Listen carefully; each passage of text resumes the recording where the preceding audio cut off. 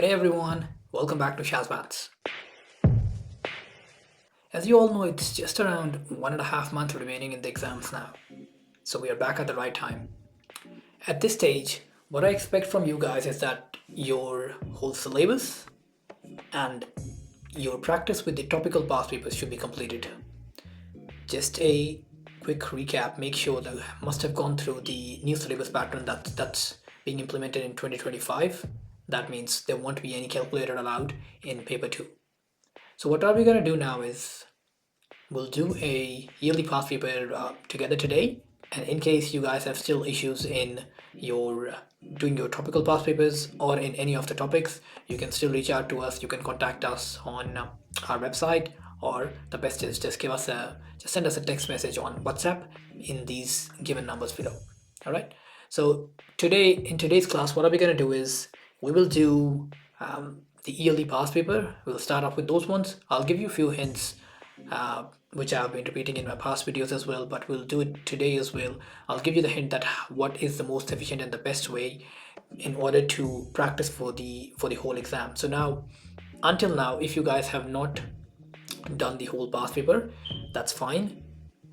Even if you are scoring great in your topical past papers, it's mostly the scenario that students often face difficulties when the whole knowledge is merged and they have to apply all of that knowledge in a single paper, right? So previously when you were doing topical past papers, for example, you were doing trigonometry, so you've gone through the notes of trigonometry and then you were implementing all of those notes in the topical past papers. But what happens in the yearly past paper is that, let's say there are 12 questions or 13 questions. Now every question contains 2 to 3 or maybe 4 different topics, right? So all of the knowledge that you've attained in these past 3 to 4 years, it's merged, and then you have to apply all of that knowledge now on a single piece of paper. Now what happens is, first thing is that students often mix up. They are not too sure that which concept is to be applied in which question, right? And it's quite common when you have to apply all of the knowledge in a single piece of paper. It sometimes is tricky, and it is a bit hard to find out which piece of information needs to be applicable in that specific question. So for that thing, my very first tip is that whenever you are about to solve a yearly past paper, always remember, let's say you're doing question number 1 and that contains, again, I'll take trigonometry as an example. As soon as you notice that, okay, this is a question that majorly involves trigonometry, your very first step should be you put that paper aside, open up your notes, revise all the notes of trigonometry thoroughly. That means you'll revise simple trigonometry, you'll revise area of the triangle, you'll revise further trigonometry that involves sine rule and cosine rule, and the area of triangle 1/2 AB sine C. And then you'll revise different types of triangles. Then you'll revise bearings. Then you'll revise angle of elevation. Then you'll revise angle of depression. Then you'll revise how to solve trigonometric equations. So main purpose to tell you this is revise all of the topics that are involved in trigonometry, subtopics, and then close the notes and then attempt that question. And you'll apply the same strategy in all of the questions of that paper. What happens is that, I know it's going to take you, if the time for that paper is 2.5 hours, it's going to take you maybe 4 hours to do first exam. But what would happen is that all the notes will slowly and gradually be starting to embed in your mind. You'll do the same strategy with a couple of papers, maybe 3 exams in the start or maybe 4 exams. But then for the 5th exam, when you will approach a topic, all the notes will still be refreshed in your mind. You don't have to go back and open your notebook to revise all of those notes. All right, so that's the thing that I always suggest to the students, that whenever you are about to appear in yearly past papers, you're doing the practice for your yearly past papers, always make sure that you adapt this habit, you adapt this practice, because that's going to make your life easier. I know it's a bit hard pill to swallow in the start, in the first few attempts, but then as you go along, hardly in 3 to 4 exams, all of your notes, you remember them automatically. So then afterwards you don't even have to refer notes. So that's the biggest plus point of this strategy. So make sure you implement it and then let me know how it goes. All right, anyway, we're gonna jump to our first yearly past paper of this May-June 2025 session, practice session. Let me open that one up. Okay, so let's start off, guys. This is the exam for May-June 2024, waiting 2-1. I went through the grade threshold for this year, May-June 2024 session, and then the least grade threshold was for this variant 2-1. So we will be starting off our practice for this session, this yearly past paper session with this paper. Just a suggestion, what I normally prefer is that the latest papers, the latest exams, you definitely have to do them before appearing up for your actual exam. But again, that's not a hard and fast rule, but it's dependent upon you guys how you want to approach it. But my preference is, and that's how I always do, we have to at least do 5 to 6 years of yearly past papers, all variants. Obviously, the more the better. But then the last one, the latest one, for example, 2025, it's going to be May-June 2025, it's going to be our exam, right? So the ones that happened in October-November 2024, leave a couple of variants for yourself, at least 2 exams or maybe 1 to 2 exams for yourself that you will appear in those couple of days before your actual exam. So for example, let's say day after tomorrow is my May-June 2025 exam.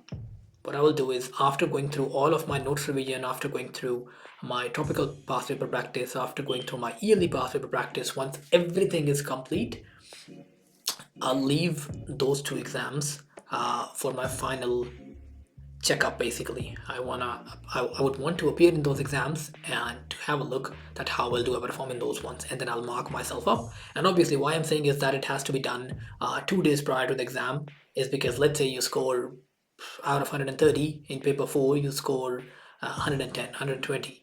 So why did you lose those 10 marks or 15 or 20 or maybe 5 or maybe 2?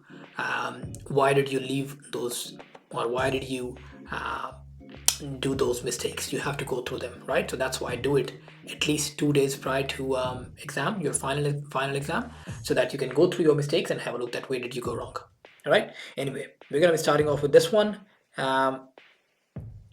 That's the question number 1, that says the diagram shows 2 sides of parallelogram A, B, C, D. Now we can see that A, B and B, C. Find the coordinates of point D. Now for this one, it can be done multiple ways. What I'm going to do is, because it's a parallelogram, right, and I do know for parallelogram the opposite vectors are equal vectors. That means if BC is equals to,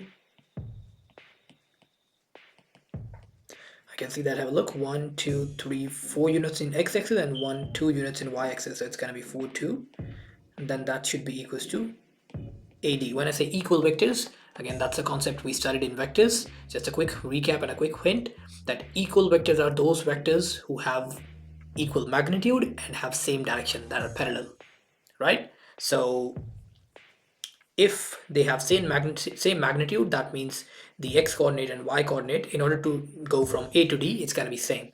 So if I go from point A, 4 units in x direction, 1 2 3 4, and 2 units in y, so I'll end up here. So these should be the coordinates of D. So D is equals to -3 and 7. Right? Okay, Geeta has a box of toys. She picks a toy at random from the box. The probability that she picks up a wooden toy is 0.6. Just pausing here for a second. As I've read that this topic is, this question is related to probability. So if I was you and I was about to appear in my May-June 2025 session, what I would do here, because that's my first whole yearly past paper exam, as soon as I notice that this is something from probability, I would leave the past paper here, open up the notes for probability, go through all of the subtopics that we have, or all of the concepts that we have covered in probability. Also, I'll give a quick recap to the questions, the type of questions that we have implemented or attempted, and then I'll close those notes, put them aside, and then come back to this question and then implement it. All right. Anyway, coming back here. So work out the probability that she does not pick a wooden toy. Now, we do know probability of any event happening and not happening is always equals to 1. So if the the probability that she picks up wooden toy is 0.6, then that means not picking up a wooden toy would be 0.4. Box contains 3 types of toys: wooden, plastic, or metal. Complete the table. Okay. Now I can see that. Have a look here. The probability for plastic and metal is same, right? The probability of any event is number of elements of event over number of elements of sample space. Now, we do know the number of elements of event. Let's say I'm picking up plastic or metal, they both are same. Sample space is always, as we have studied when we were doing probability, it's the total or the sum of all events, right? So either it can be wooden, plastic, or metal. Total number of outcomes for these 3 events, it's going to be the sample space. Now, it's going to be the same either the event is wooden or plastic or metal. Even if we are picking up the wooden toy, or we are picking up plastic toy, or we are picking up metal toy, sample space would remain the same. So that means the probability for plastic and metal, it's going to be the same. Reason being is their number of elements of event are same. Have a look here, right? So if 0.6 is the probability of wooden toys, that means this is going to be 0.2 and this is going to be 0.2. Okay, now if I do know the probability of plastic is 0.2, then number of elements of event for plastic are 14, and I can find out the sample space. So it's gonna be 14 over 0.2, and then I'll take this off and I'll do this without calculator, so that's gonna be 70. So in total, the sample space is 70. Now out of 70, we do know 28 are plastic and metal. That means the number of elements of wooden would be equals to 70 minus 28, and that's gonna be 15,842. Now question number 3, that's related to sequence. To the same strategy, go back there, revise all the notes, and then come back. I'm gonna be jumping on this straight away. Table shows some information about 2 sequences, 60 minus 4n, and we have to complete the table. So that means fifth term would be, why can't I get rid of this? Oh, that's easier. Okay, so fifth term would be 60 minus 4 times 5 is 20, 60 minus 20 is 40, and then 5 squared is 25 minus 300, which is minus 275. So we have completed the table. It says find the smallest positive number in sequence B. That means nth term was n squared minus 300. And then we have to find out the positive term, smallest positive term. That means n squared minus 300 should be greater than 0, right? I'm just going to quickly factorize it. And because I don't have the calculator on me, just doing this, trying to do this without calculator, the perfect square, the smallest or the perfect square nearest to 300 is 289, and that's 17. So I'm gonna say it's gonna be n plus 17 point something, and then n minus 17 point something, that's greater than 0. If I simplify that out again, we'll ignore the negative term. So one would be n is less than negative 17 point something, and n cannot be negative, so that's gonna be ignored. And the other one would be n is greater than 17 point something, and we do know n can be a natural number. N is the natural number, so that means it's gonna be 18, right?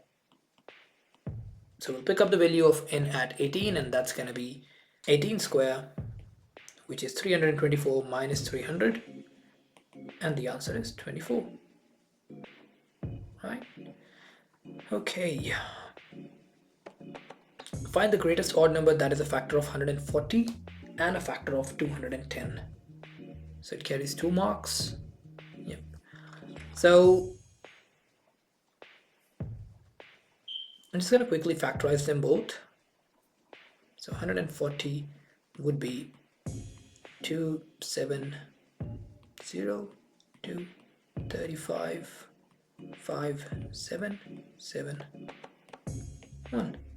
And then 210 would be 2 1 0 5 3 3 5 5 7 7 1.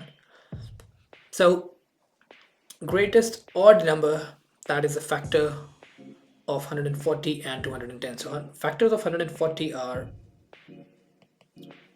I can write it down as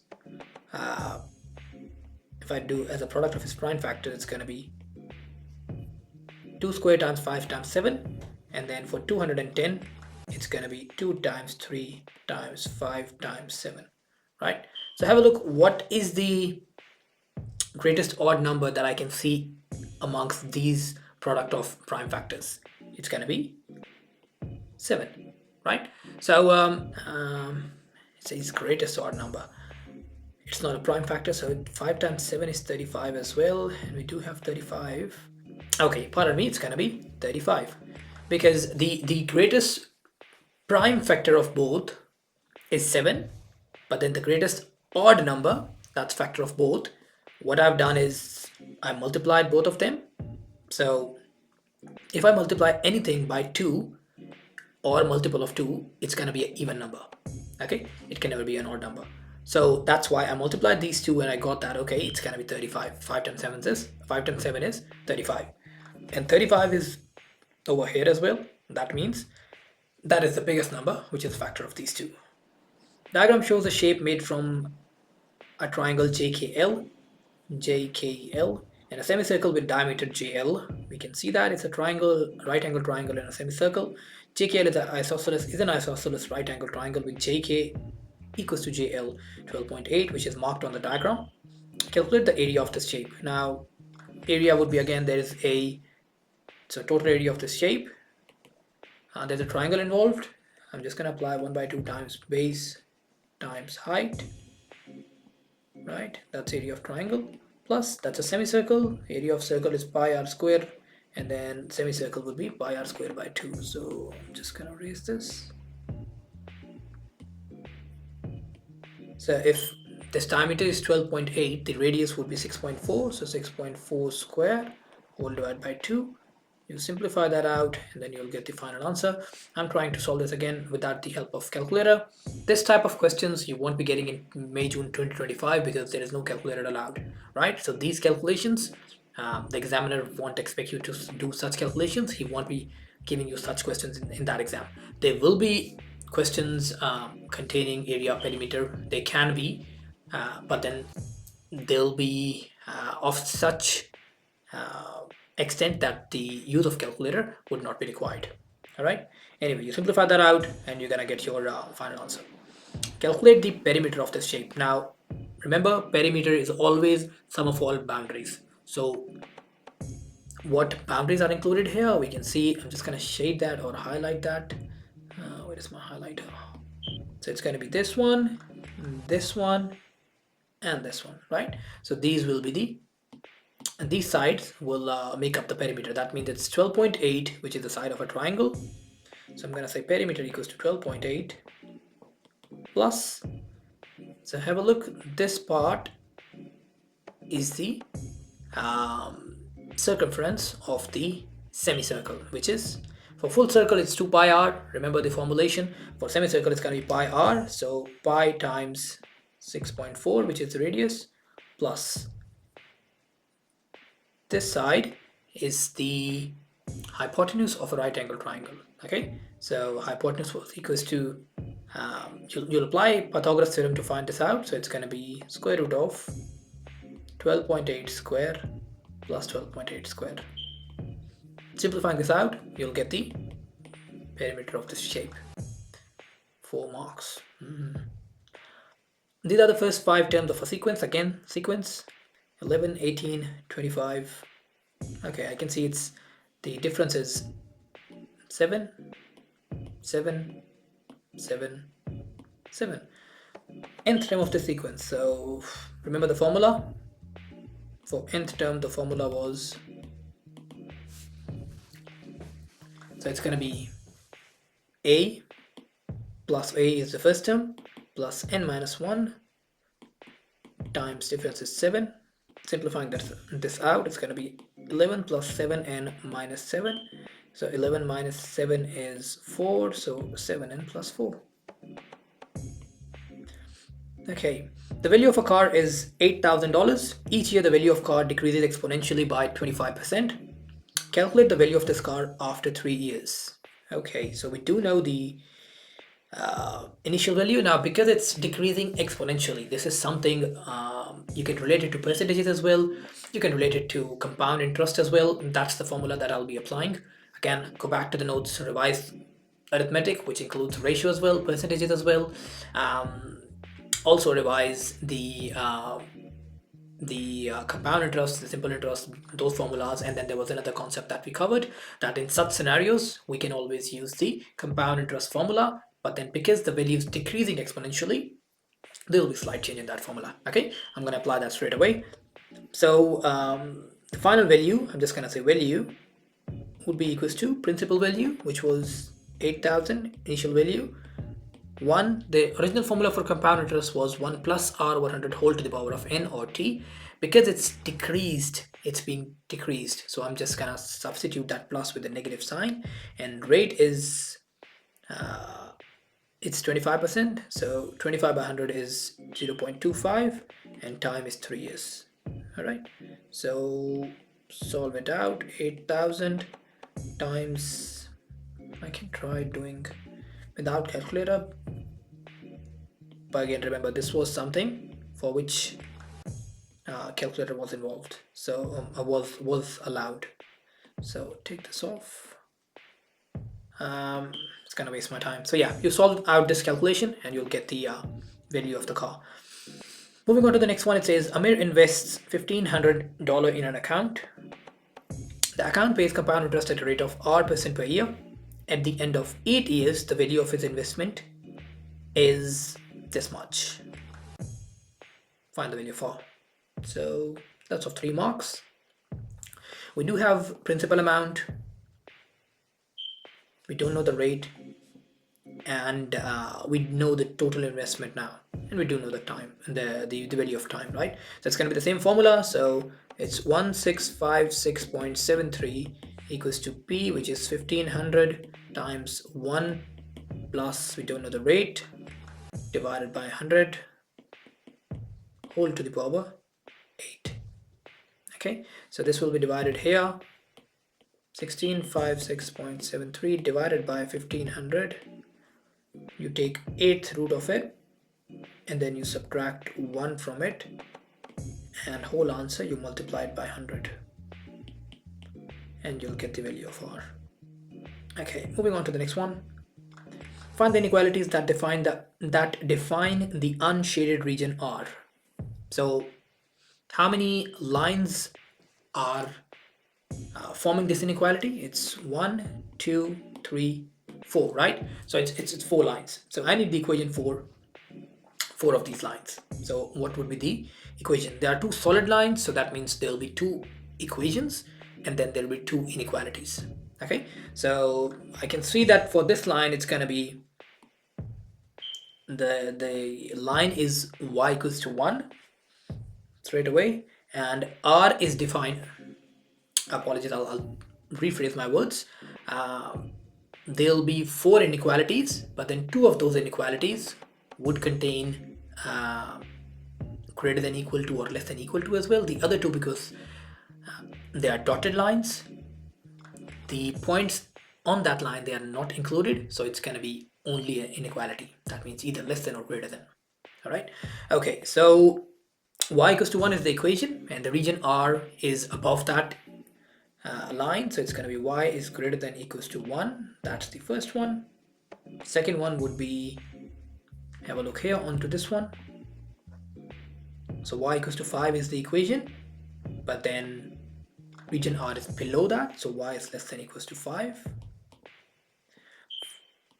Third one is vertical line, which is at x equals to 6, but that's not included, and region R is on the left side, right? So x is less than 6. And then the last one, it's a tilted line which has a gradient. Remember, for this topic, again, just a quick recap, you'll go through the trigonometry, all of the subtopics that we have covered in trigonometry, and then One of the topics amongst that is giving you a quick hint recap. We did equation of horizontal lines, equation of vertical lines, and then equation of tilted lines or lines that have gradient or slope, right? So that means for this line, you'll find out the equation through that method. I can see it passes through 0, 0, 1, 1, 2, 2, so the gradient is 1, right? And then the y-intercept, have a look here. If I extend this one, it's going to be 0 as well. So the equation is y equals to x. And because the region R lies below that line, so the inequality would be y is less than x. Okay, so these are the four inequalities. Solve the simultaneous equations. You must show all your working. Okay, should be of at least 4 marks, but let's see. Yeah. So it's up to you which method you prefer. You can do it via either of the method, elimination or substitution. I am going to use, which one's the best one? Let's do it via substitution. So I'm picking up equation number 2. Equation number 1. So it's going to be 3x by 2 equals to 5 minus 5y, and then I'll make x subject from here. So it's going to be 3x equals to 10 minus 10y all divided by 3. And then put it into equation 2. It's going to be 4 times 10 minus 10y whole divided by 3 minus 3y equals to 46.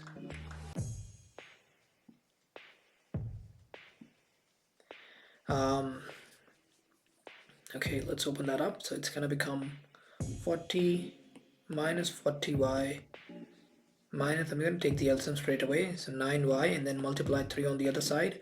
40 times 3 is 120, 6 3 is 18, so 138. I'll simplify that out. So minus 49y equals to 138 minus 40, and that's going to be 98.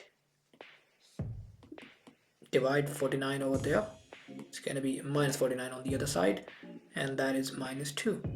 So we have the value of y. Let's substitute that in this one. So x would be equals to 10 minus 10 into 2 is 20, and then minus minus goes plus. So plus 20 divided by 3. So 10 plus 20, 30 by 3 is 10. So x is 10 and y is minus 2.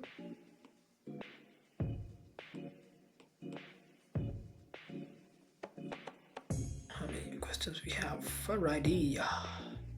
Question number 13. Circle properties. Again, go through congruency, similarity, and then angle properties as a whole, please.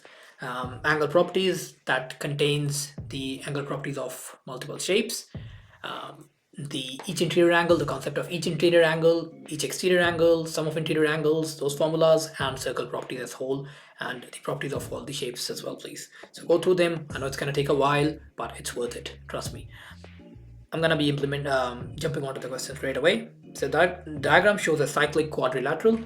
We have learned the property of a circle when it's a quadrilateral and all 4 vertex, they lie on circumference of the circle. That's known as a cyclic quadrilateral.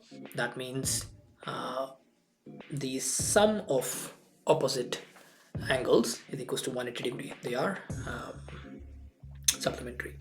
Find the value of p. So okay, where is p? P lies over there.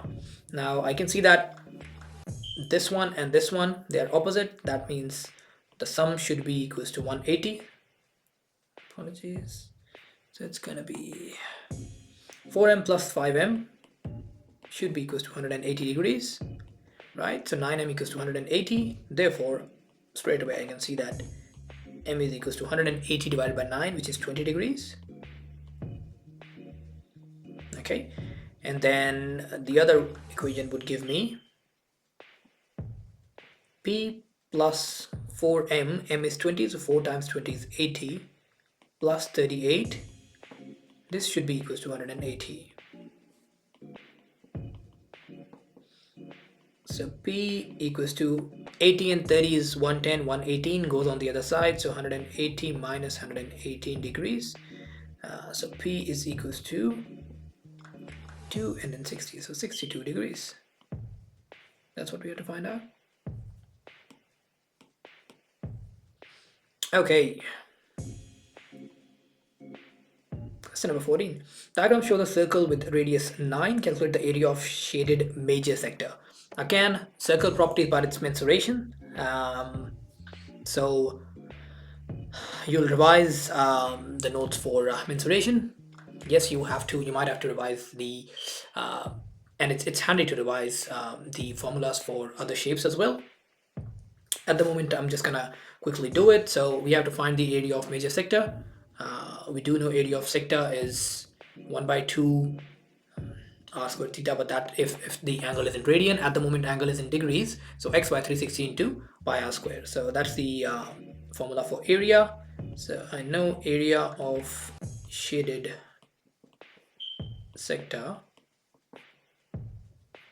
which is the major sector. Major angle would be 360 minus 48, which is 312 degrees. So 312 divided by 360 times pi times r square, which is 9. So 9 square. And then you do require calculator. If he doesn't ask the value in pi, 3 marks. Yeah, you do require a calculator in this one. Simplify this out, and then you'll get the area of shaded sector. Write this as a fraction in its simplest form. You must show all your working. So this is something which is included in your curriculum for 2025 as well, which is you have to change the recurring decimal into a fraction. So the best way is, as I always say, assume that 0.14 recurring, 6 recurring, that's equals to x. Okay, what if I multiply, so let's say this is equation 1. What if I multiply both sides by 10? It's going to become 1.4 recurring, 6 recurring equals to 10x. Let's call that equation 2. And then our main goal, whenever recurring decimals are involved, what is the strategy that we apply? Our main goal is to get rid of recurring part by subtracting two equations. Okay, so that's what we always focus on. Again, that's a recap. So how can I get the recurring part over here? The recurring part is 4, 6. That means if I multiply equation 2 by 100 on both sides, it's going to become 146.4 recurring, 6 recurring, right? And on the other side, it's going to become 10 times 100 is 1000x. So that's equation 3. Now, if I subtract these two equations, what would happen? It's going to become 1000 minus 10 is 990x. And then when this will be subtracted, have a look here. 0.4 recurring, 6 recurring, and then over here 0.4 recurring, 6 recurrings, they both cancel out. And then 146 minus 1, it's going to become 145. I'm basically subtracting equation 2 from equation 3 so that you guys are not confused. All right, and then you have to find out the value of x. So x would be equals to 145 over 990. And you have to leave this in its simplest form. So I'm going to cancel it by 5. 2, 4 goes there, 29. Then 2, 5 times 1, 4 goes there, 9, 45, 4 goes there, 8. 29 is a prime number, so this should be it. 29 over 198. Alrighty. In a Venn diagram, shade the region M complement intersection N complement. Straight away you can see it is from the topic sets and Venn diagram. So straight away revise all of those topics, subtopics, jump back to it and have a look. We have to shade the region M complement intersection N complement. Now in this one, what I always recommend is it's slightly lengthier. I can do it directly as well, but to avoid the mistakes, I always say divide them in regions. So 1, 2, 3, 4, right? And then have a look. M complement would be all those ones other than m, which is 1, 4. Intersection n complement is 1 and 2. So what is the intersection in these two? That's clearly 1. So you're going to be shading 1 only. It's slightly lengthy method, but then it's more accurate. So that's why I always suggest do this quick working. It's not going to take you long. Calculate the area of triangle ABC. This is related to trigonometry, where we have covered area of triangle, which is equals to 1 by 2 AB sine C. Remember, quick recap, whenever it's not a right angle triangle, only formula for area of a triangle is 1 by 2 AB sine C, right? In case you know two sides that are perpendicular to each other, you can use those as base and height. That's a separate story, but for this one, I can see that it's not a right angle triangle. No base and height is given, so I'm going to apply that formula. So it's going to be area equals to 1 by 2 times AB, that means any two sides. So I've taken these two sides times sine of the included angle. That included angle was the angle which is formed in between two sides, right? So simplify that out and you'll get the final answer. So such questions will not be involved in your May-June 2025 exam, but they can be included and the examiner can give you a table. Remember, in our classes we have done such questions. If required, just drop me a text message and I'll share that worksheet with you guys as well who are watching this video, and then yeah, you guys can do such questions as well, so that you are familiar on how these type of questions can be included with the use of table. Okay, so it says the diagram shows the graph. I'm just trying if I can. Is there any way I can zoom it out slightly? By drawing a suitable straight line, solve the equation this. Okay.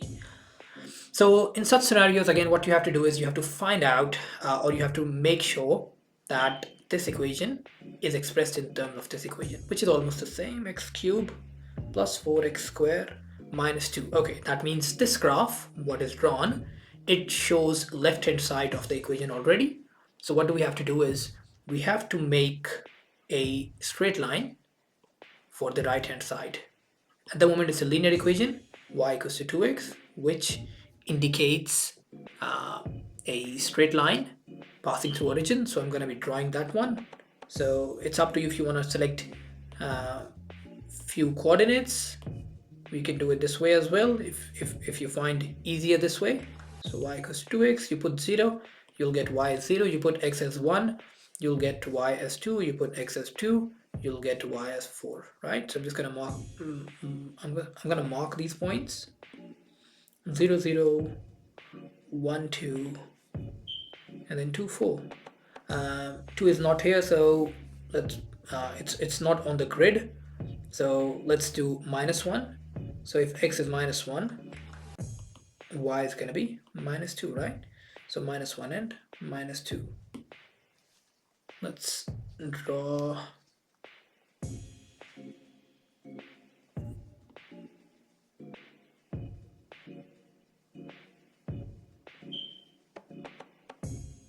there we go, a line that passes through this one, and then it says we have to solve this equation. So the solution would be, if I zoom it in, the line is too thick, but anyway, it passes through this point roughly, slightly behind this one. So if this is 0.9, it's going to be 0.88, I would say, and then this one is negative 0.52. Remember 1.6.7.8.9. Sorry, so that's 0.6.7.8.9, then 1. Yep, so it's going to be 0.88 and negative 1.04. Sorry, negative 0.52. That's what I would say. What was that? 0.88.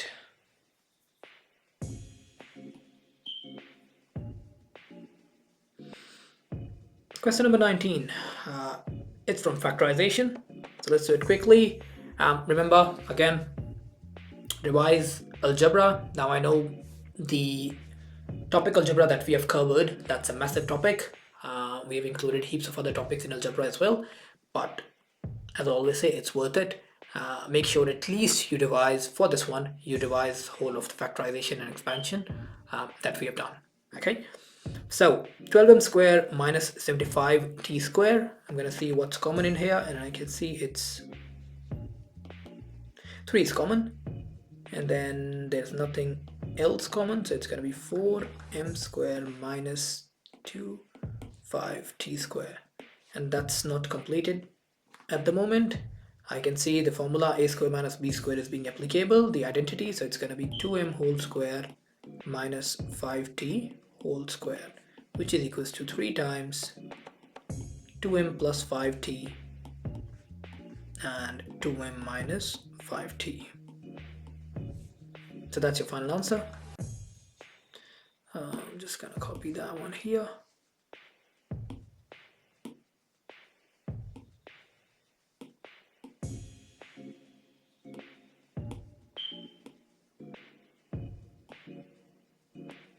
Okay, could have saved the time by writing it down.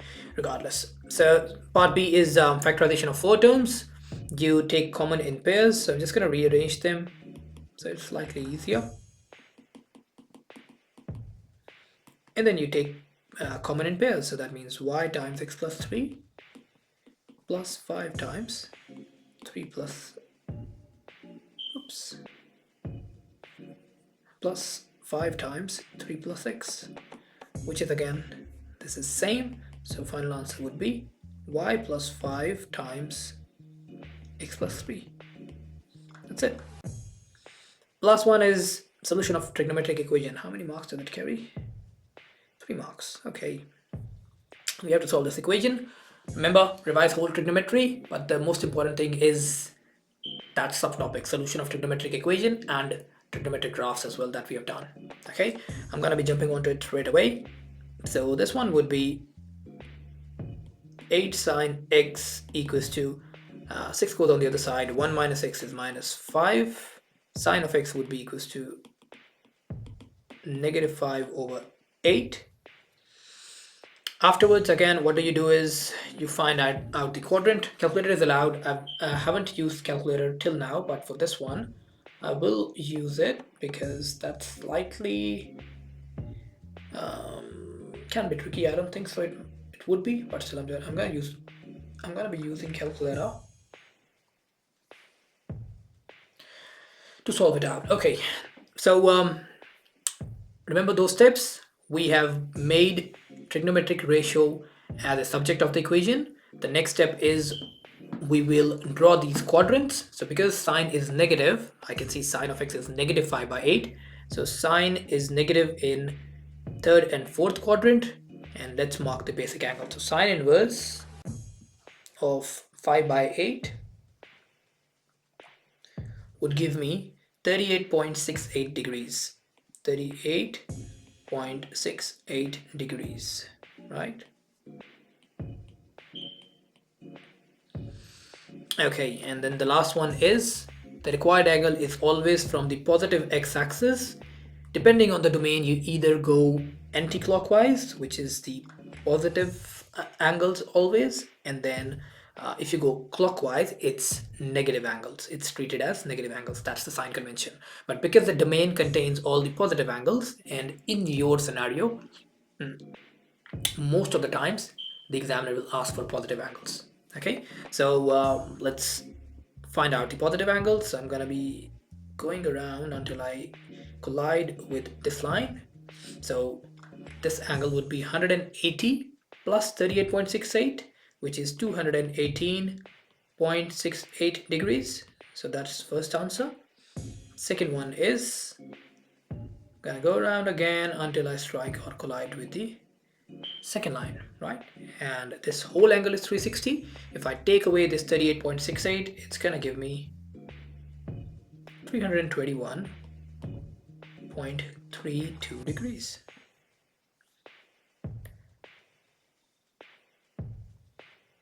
Oh, okay, there are a couple of more questions. Question number 21. The diagram shows a cuboid HD equals to 4 centimeter, EH equals to 6.5, EF 9.1. I can see that this one, and that's a cuboid.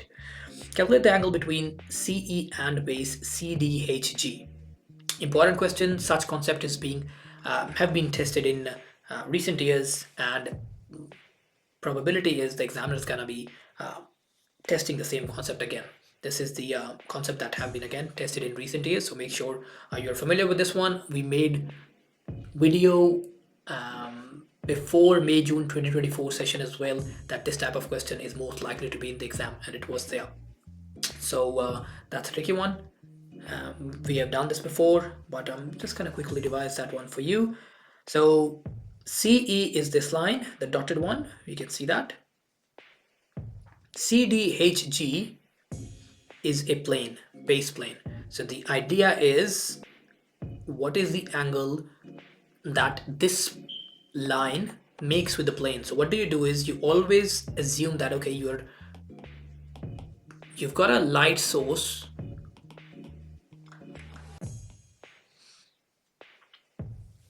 on top of that line, so that the shadow of that line is on that plane for what they are asking for. Okay, so first step, they asked us for the angle in between a line CE and the plane CDHG. So my first thought process was, I'll think about that, where should I place the light source so that the shadow of this line is formed on that plane CDHG. So that means I have to place the light source over here on top, right? So because I have to place light source on top, where would the shadow be formed? I'm going to be marking that one. So if I put the light source here, point C would remain over here. It will hold this position, but point E, the shadow will be on point H now. Now I'm going to be joining these 2 points. So that means this is the shadow of this line onto this plane. And then the last thing is, you find out the angle in between these two lines. That's what the examiner is asking for at the moment. All right. Okay. How would we find out this angle? This angle is 90 degrees. I know that. So in case I know CH, it will be easy to find out. So my whole purpose is now to find out CH. So how would I find CH? DH is 4 centimeter. CD is 9.1 centimeter because it's a cuboid. I can easily find out CH by Pythagoras theorem. So I'm going to say CH squared equals to 4 centimeter. That means 4 square plus 9.1 square. So CH equals to, I'm just going to quickly do it on my calculator. So 16 plus 9.1, where is square? I'm just using the calculator on my mobile phone, so I hope so it's accurate. 16 plus 9.1 square, and then you take square root of it. So it's 9.94 centimeter. All right, so we do have CH, we do have EH, and we have to find out the angle between CE and CDHG. We have found out which angle he's talking about.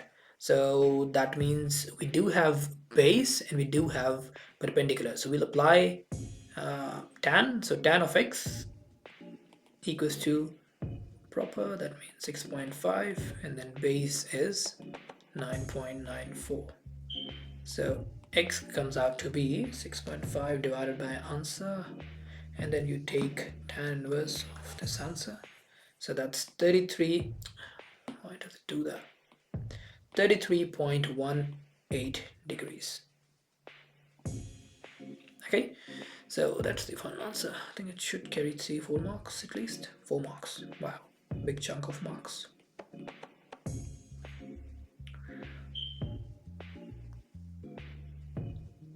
How many more? Last one. Well, question number 4. Bag A and bag B each contain red counters and blue counters only. Stephen picks a counter at random from bag A, and Jen picks a counter at random from bag B. Okay. Probability that Stephen picks a red counter is 0.4. Okay, so for Stephen, 0.4 of a red counter is 0.4. Probability that Stephen and Jen both pick a red counter is 0.25. Okay. Find the probability that Stephen and Jen both pick a blue counter. Okay.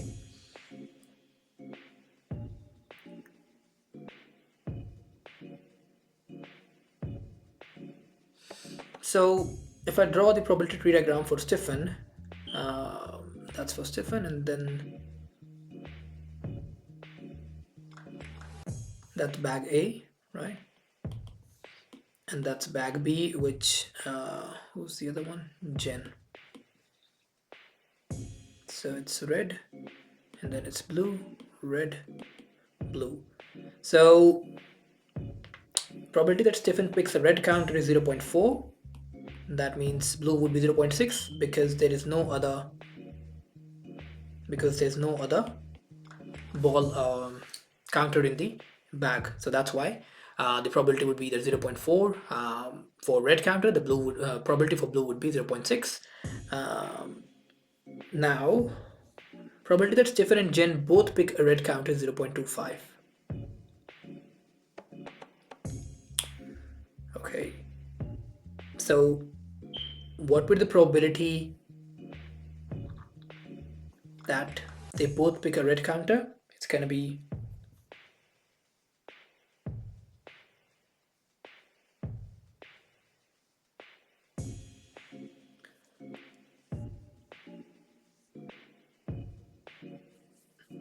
0.4 times, don't know what's this red, so I'm going to call that x. That is equals to 0.25. Okay.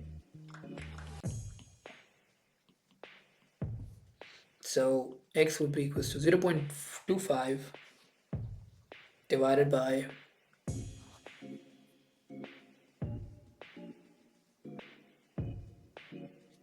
so red and red. Yep, that's fine. 0.4, 0.625. Right, that means this one is 0.625. So we do know this blue, that Jen picks up a blue counter, that would be 1 minus 0.625. So Jen blue equals to 1 minus 0.625, which is equals to 0.375. Okay, now they are asking find the probability that Stephen and Jen both pick a blue counter. So probability of blue and blue basically would be equals to 0.6 times 0.375.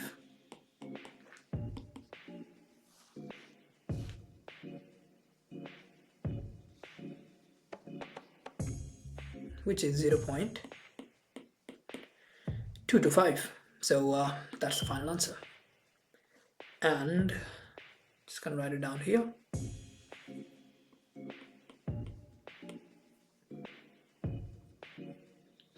And that's about it. So yeah, that was our exam, May-June 2024, paper 2-1. This is the first time I've attempted this whole exam, so if I've made any mistakes, which is likely that I can make mistakes as well, leave that in the comment section so that I make a correction. I'll go through over it again. There are a few questions I wasn't using a calculator in this exam, so I've left that working for you guys. Just go through it and you can fill that one. I hope so. It's a quick one. If there's any question that you guys want to ask, remember you can always drop us a text on the number given below. Just WhatsApp us at this number and we'll be able to respond to your inquiries. Next thing is, if you guys are still struggling and you still haven't completed your topical past paper practice, or you still haven't completed your syllabus and you want a few classes or you want certain help in certain topics, you can always contact us on this number given below. Just leave us a message on our WhatsApp and our team will be able to respond to you, and then we can schedule a few classes and cover the missing aspects of your syllabus. Even in case you haven't covered the whole syllabus, we still do have 1.5 months. We'll be able to help you out still. So don't waste any more time. I can't guarantee that we'll be able to secure highest possible grade in this 1.5 month in case you haven't started your preparation, but I can guarantee you that we'll try our best to make sure that you reach and you achieve the grade as per your potential. Okay, until next time, I'll see you guys in the next video. Make sure you subscribe, like, and comment in the video. Yeah, that's about it. See you guys.